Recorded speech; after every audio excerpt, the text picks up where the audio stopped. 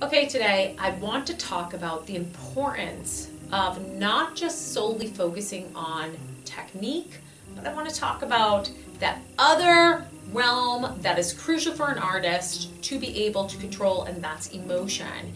And then how do we kind of put these two worlds together so that as we incorporate motion, we don't completely lose a technique. So bear with me as I break this down.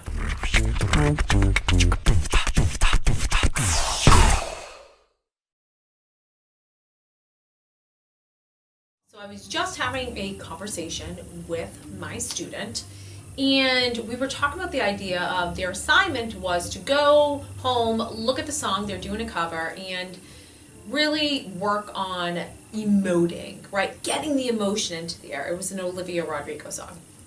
And so she came back this week and she's like, I feel like, when I'm home, I was really emoting, but I also felt like I was losing.